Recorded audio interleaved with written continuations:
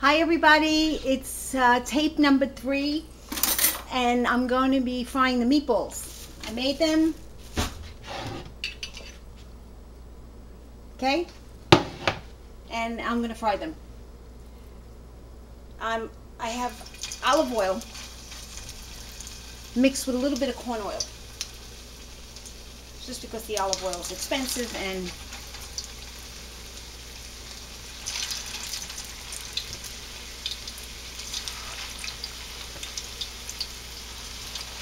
put this on medium. Don't put it on high because you burn them.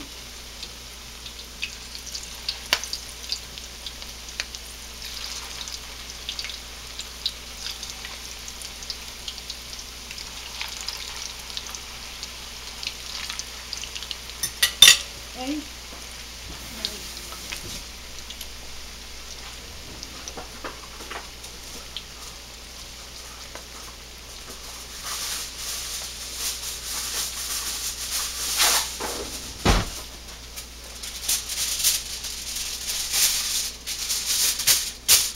Put a piece of tin foil there because I don't want to clean it.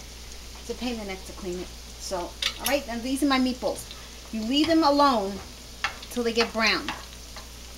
When you're making them, the reason I put the water on is because the water seals the meat, so it helps it from cracking. Okay. All right. And then over here I have my sauce cooking. Let's see. This way you get a good angle of everything. The sauce, I added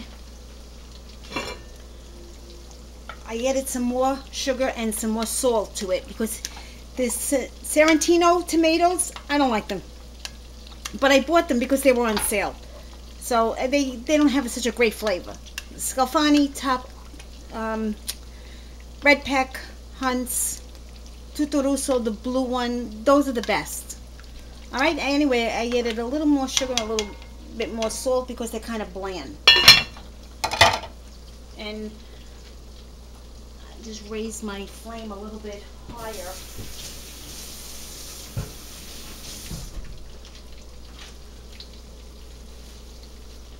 And when I fry, I like to keep the stove clean because I don't like the oil that splatters, because it could catch fire.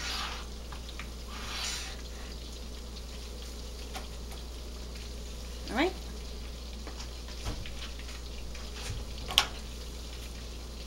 All right. So I got the flame. There's my flame. Make it a little bit higher. And just show you, what I do to fry them. Oh, and I have more sauce here. So the other night I opened up sauce and I didn't realize it. So I'll add this to my tomatoes.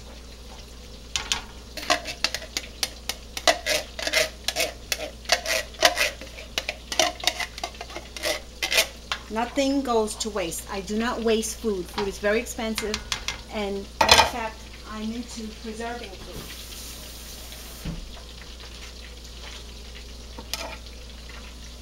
It's going to be a time when we're going to end up spending $25 for a loaf of bread. As you see, I mean, the prices of food is skyrocketing because of the inflation, and now we're going into a hyperinflation. And when I tell my friends, they laugh at me. They think, oh, she doesn't know what she's talking about. But I'm home most of the time, and I listen to educated people and people that tell you the truth, what's going on in the economy, what we're about facing, what's happening to this country, how we're turning to the left, and how this country is getting destroyed. We're losing our rights, we're losing our freedoms, we're pretty soon going to lose the Second Amendment because of this shooting, the school shooting.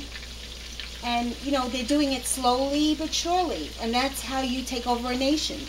There's a good video that I watched, and this man was a former Russian agent, and he's on YouTube. His name is Yuri, which is Y-E-R-I B. His last name starts with a B. Just type in former Russian agent or psychological warfare, and you see what he's talking about. And the way to take over a nation is not by bombing them, but by slowly changing their ideology, changing their thoughts, changing their perceptions, change the way they think.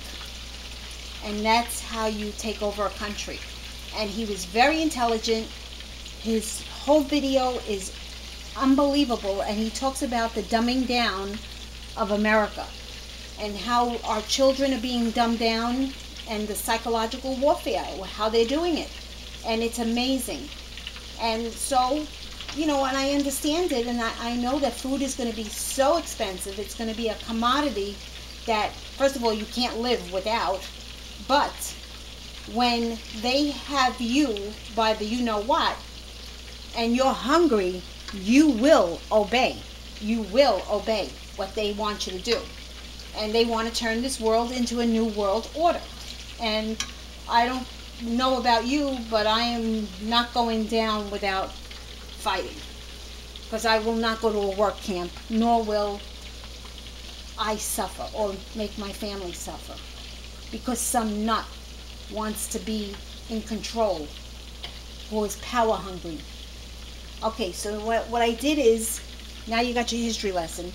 What I did was I fried them, and you see I'm not poking it. I'm not sticking my fork in it, because if you stick your fork in it, you just make all the juice come out and you make them crack. And you don't want to do that. Okay? Yeah, that's a good. And then once they're cooked, I don't cook them too much. I have to move the camera, guys. Once I cook them, but not too much. Sorry. Once I cook them, like to medium, then I gotta put them in my sauce. I don't overcook them, because if you overcook them, then they're gonna taste like rubber. And don't stab them. Okay? And they do, they absorb a lot of the sauce. They absorb a lot of the juice. So you may have to add a little bit more water to the sauce. And they have to be nice and golden brown on both sides. Not too, like, you see this one? I don't know if you can see it. Let me see if you can zoom in on it.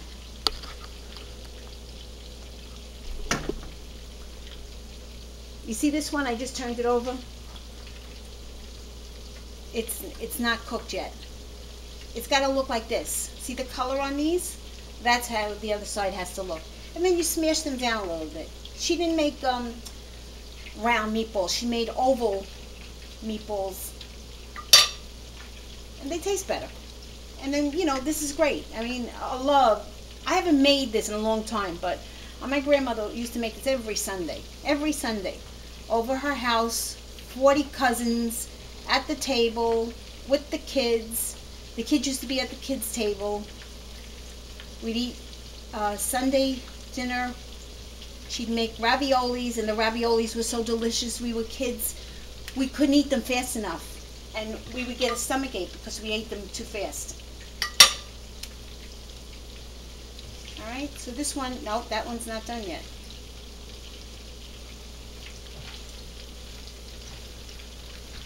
And every time you put a new meatball in, you cool down the oil. So try to do them together.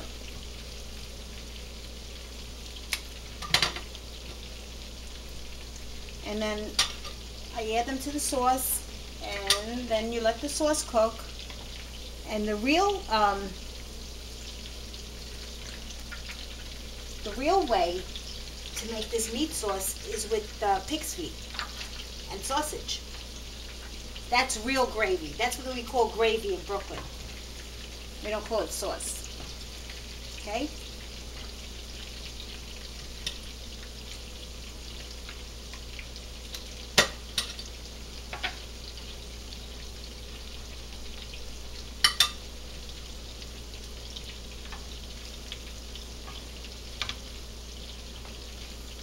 All right, that's good.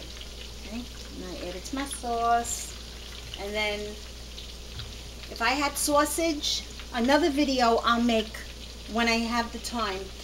I'll show you the real meat sauce, how to make real Italian meat sauce. And that's with sausage and meatballs and the beef, the ribs. Because the ribs fall apart and they are so delicious. And pig's feet. You use pig's feet. Pig's feet give it a great flavor. Nope, that's not done.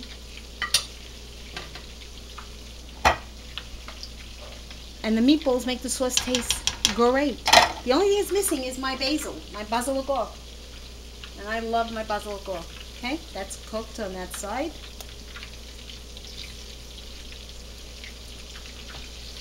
That's cooked.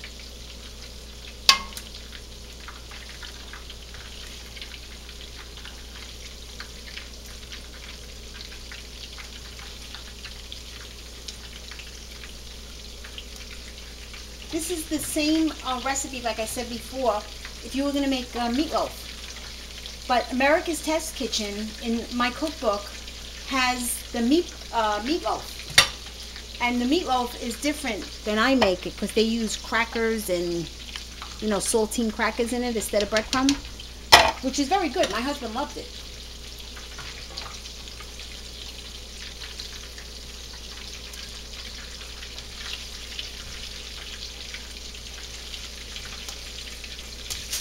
Oh, I'm glad I put that there. Am I glad I put that there? I'll clean it later, but...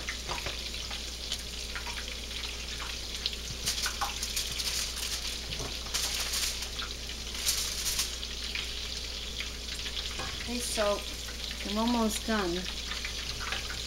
Well, actually they're not, but I think you got the gist of it, right? So that's how you make Italian sauce and meatballs. Not gravy, because I didn't have the real meat sauce, like I said before. Okay, anyway, thank you, ladies and gentlemen, my YouTubing friends. Have a great day. Bye.